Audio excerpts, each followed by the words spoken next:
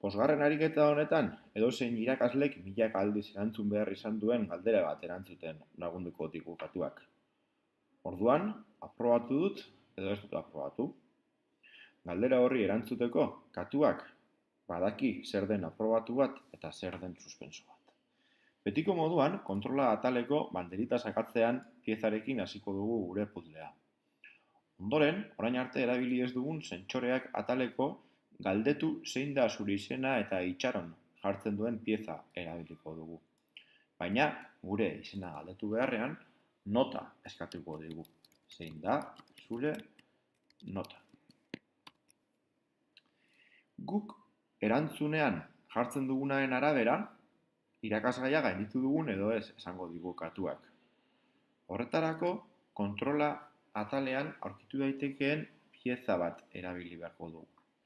Zerrendan nahiko behealdean ikusi daiteke baldin eta erronbo, baldin eta ez jartzen duen pieza bikoitz bat. Pieza honetan, erronbo itxurako zulo edo txuriune bat ikusi daiteke.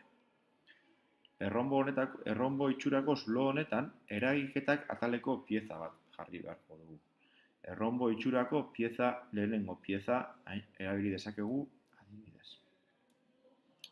Beraz, guk galdera honetan erantzuten dugunaren arabera, esango digu aprobatu dugun edo ez dugun aprobatu.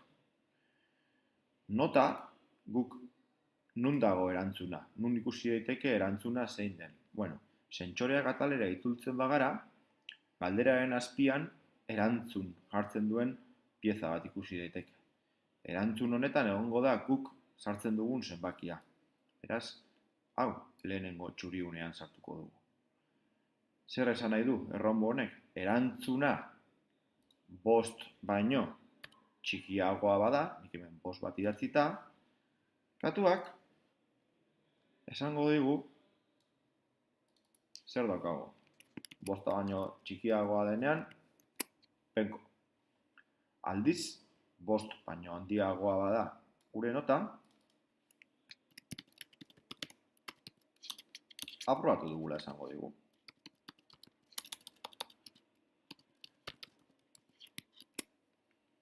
Probatu egin dezakegu.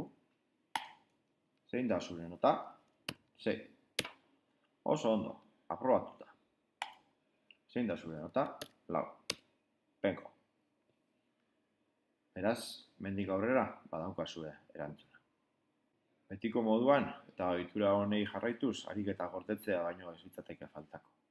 Txategia, gorde, 5 ariketa.